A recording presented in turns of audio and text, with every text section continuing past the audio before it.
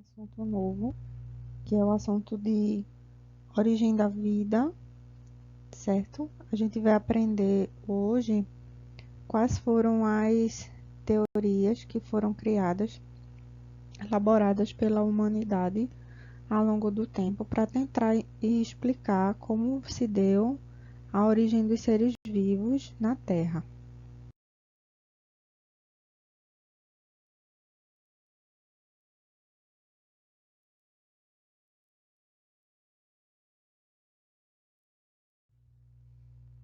A primeira pergunta que a gente se faz é: como surgem os seres vivos?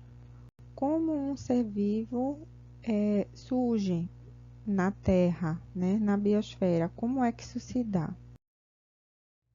Para isso foram criadas teorias ao longo do tempo, né, pela humanidade, teorias que tentavam explicar como os seres vivos surgiam na Terra. Essas teorias, elas são conhecidas por três teorias diferentes. A primeira teoria que a gente vai conhecer é a teoria da abiogênese, ou geração espontânea, né? São sinônimos. A teoria da biogênese e a teoria de Oparin e Haldane, que a gente vai conhecer numa próxima aula, tá? Nessa aula a gente vai abordar essas duas primeiras. A teoria da abiogênese foi a primeira teoria criada, né? Ela foi criada entre a antiguidade e perdurou até o século XVII. E nela se acreditava que todos os seres vivos surgiam a partir de uma matéria sem vida. O que isso quer dizer? Se a gente parar para observar nessa figura aqui, ó, isso daqui é um lago contendo uma, uma pequena região, né, de areia, uma região lodosa, e acreditava-se, por exemplo, que areia, lodo, qualquer outra matéria não viva, que não tivesse viva, conseguiria dar origem, por exemplo, a um sapo, né? E esse sapo se originou a partir dessa terra. Essa terra conseguia dar origem ao sapo, que é um ser vivo, né? Assim como outros seres vivos. Então, acreditavam-se que insetos poderiam surgir, por exemplo, de pedaços de madeira, plantas ou outros animais podiam surgir a partir de pedra, que são todas matérias sem vida. E quem é que nesse tempo acreditava nessa teoria, na teoria da abiogênese? Eram cientistas, pensadores da época como Isaac Newton, Aristóteles e René Descartes. O nome abiogênese, o nome que dá origem a essa teoria, tem um significado. Gênese significa origem, bio significa vida e a significa sem. Ou seja, a abiogênese significa que é a origem, né, de algo a partir de algo sem vida, tá? Então, ela corresponde exatamente a essa frase que a gente tem aqui em cima. A vida pode surgir a partir de uma matéria sem vida. Então, um pedaço de pedra, de madeira, areia, qualquer coisa sem vida conseguia formar um ser vivo. Mas será que essa ideia da biogênese ela durou por muito tempo? Você vê que não. Entre os anos de 1626 e 1697, viveu um pesquisador chamado Francesco Redi, né? Redi nasceu na Itália.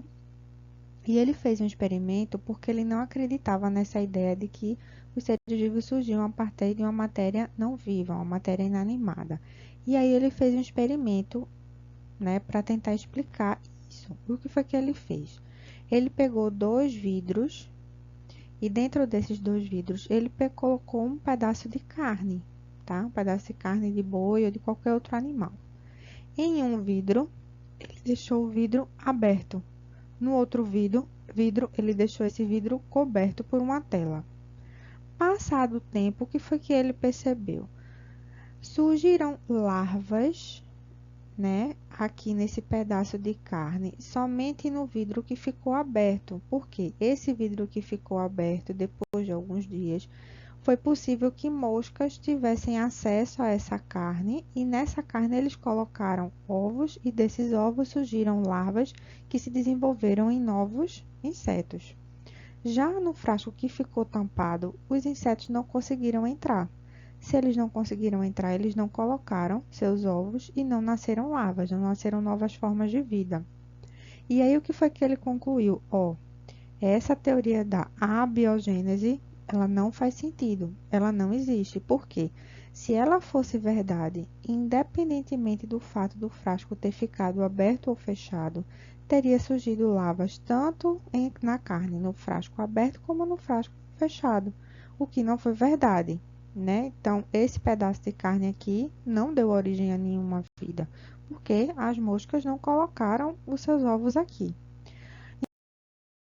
Esse experimento de Red deu origem a uma nova teoria, que é a nossa segunda teoria que a gente está vendo aqui, que é a teoria da biogênese.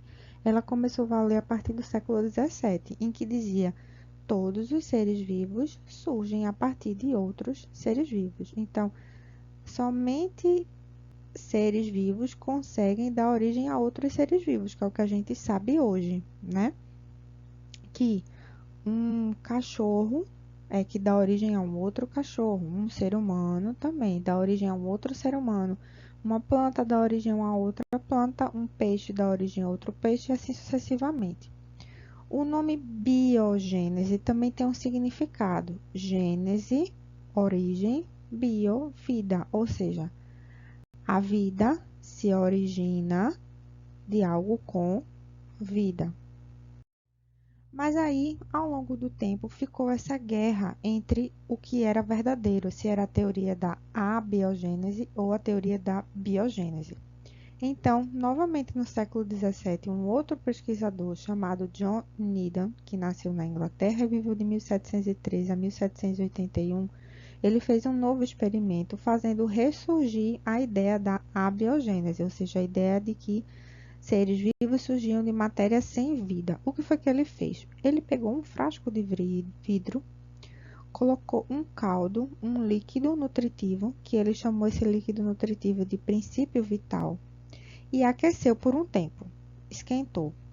Depois disso, ele deixou o caldo nutritivo resfriar. E passado alguns dias, ele observou que dentro desse vidro surgiram micro-organismos, surgiram bactérias, surgiram seres microscópicos. A isso ele atribuiu que esse caldo nutritivo, que é algo sem vida, conseguiu dar origem a seres vivos, que são os micro-organismos, como bactérias e fungos, por exemplo.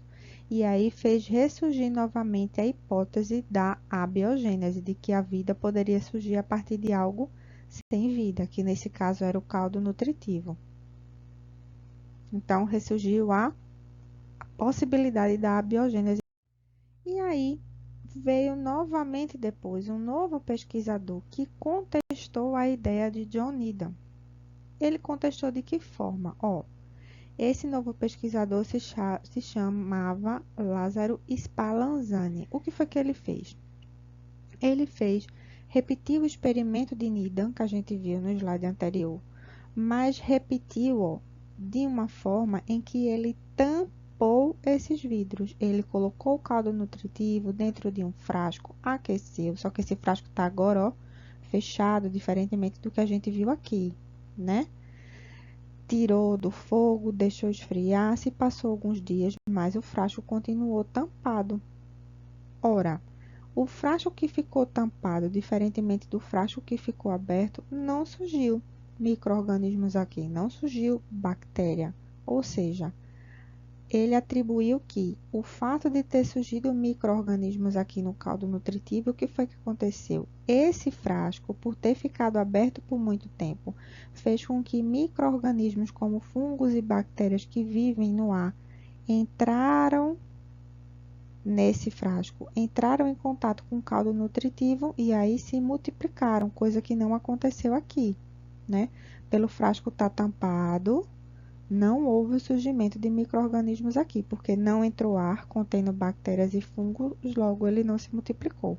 Ou seja, se a teoria da abiogênese fosse verdadeira, tinha surgido vida tanto nesse frasco que estava aberto, como no frasco fechado. E aí, novamente, a ideia da abiogênese cai por terra. para finalizar essa ideia, colocar um ponto final de que a abiogênese ela não era possível, um outro pesquisador chamado Louis Pasteur, que nasceu na França e viveu de 1822 a 1895, fez um novo experimento. De que forma? Ele pegou novamente um frasco de vidro, colocou um caldo nutritivo e tampou esse frasco de vidro agora com um gargalo em forma de curva. Percebam, esse gargalo ele é aberto, né? Só que ele tem o formato curvado. Pegou esse caldo nutritivo, ferveu, ou seja, esterilizou ele, deixou ele completamente estéril, limpo, e passou-se alguns dias e o caldo nutritivo, depois desse tempo, não nasceu vida nenhuma, não nasceu micro-organismo nenhum, embora estivesse aberto. E o que será que aconteceu? Mais para frente, ele tira essa tampa e depois que ele tirou essa tampa, aí sim, depois da quebra do gargalo, micro-organismos começaram a crescer nesse caldo. Qual foi a conclusão que ele chegou? Ó, aqui estava aberto, mas o fato de ter esse gargalo em forma de curva, entrava o ar, permitia entrar o ar. Mas o caminho que o ar faz é um caminho tão mais dificultado por causa dessa curva que qualquer micro-organismo que ficasse aqui nesse ar, né, ele quando passasse aqui por esse tubo, ele ficava retido, ele ficava preso e não conseguia chegar no caldo nutritivo. Logo, se ele não chegava no caldo nutritivo, ele não conseguia se multiplicar. Mas quando ele quebra o gargalo, que fica fácil o acesso do ar juntamente com micro-organismos ao caldo nutritivo, aí sim ele conseguia se multiplicar. Então, fez valer novamente a ideia da biogênese, né? Comprovando de que matéria não viva não consegue dar origem a ser vivo, né? Nesse caso aqui, ela só conseguiu porque as bactérias trazidas pelo ar entraram em contato com o caldo nutritivo e se multiplicaram. Então, ele confirmou a teoria da biogênese. Essa matéria viva, esse caldo nutritivo, perdão, que seria uma matéria não viva, ele não dá origem a micro-organismos. E aí, o que é que a gente pode concluir? Comparando a teoria da abiogênese e a teoria da biogênese. Na teoria da abiogênese, o que é que ela diz? Os seres vivos surgem de matéria não viva, só que a gente viu que isso não é verdade, né? Ela também é conhecida com que nome? Geração espontânea. A biogênese e geração espontânea são a mesma coisa. E quem eram os pesquisadores da época, ao longo do tempo, que defendiam esse ponto de vista, essa teoria? Isaac Newton, Aristóteles, René Descartes e o Needham, que fez aquele experimento. Já a teoria da biogênese acredita o quê? Que os seres vivos só surgem a partir de outros seres vivos já pré-existentes, que já existem, o que é válido, o que é verdade hoje em dia, né? E quem são os defensores dessa teoria? O Redi, que a gente viu que fez experimento, o Spallanzani e o Louis Pasteur. Bem, para finalizar, eu trouxe aqui para vocês um exercício, certo? Sobre o assunto que a gente viu agora, que diz assim: analise as afirmações. Quando se deixa um pedaço de carne exposto ao ar, nele podem aparecer vermes. Na segunda alternativa, se o frasco que contém os pedaços de carne for aberto por uma gaze, os vermes aparecem na gaze e não na carne. As afirmações fortalecem a teoria da vida chamada de. Na primeira diz que se a gente deixar uma carne exposta ao ar, vai aparecer verme, certo? Mas se o pedaço de carne estiver fechado num frasco, não vai aparecer na carne, vai aparecer na gaze, né? Esses vermes. Que teoria é essa? É a abiogênese? Não. Esse daqui é um experimento, na verdade, que comparou, né, o crescimento do pedaço o crescimento de larvas num pedaço de carne exposto ao ar e o experimento em que a carne ficou trancada num frasco coberto por gaze comprovou, foi aquele experimento feito, na verdade, por Redi, que foi foi o experimento que comprovou o quê? A biogênese, né? E não a abiogênese. A abiogênese era somente se a gente tivesse deixado um caldo nutritivo, um pedaço de madeira, alguma coisa semelhante, e dele crescesse somente vida, né? Então, a resposta é a letra D. A todos, bons estudos, tá? E obrigado pela atenção. E agora vocês vão fazer mais uma atividade.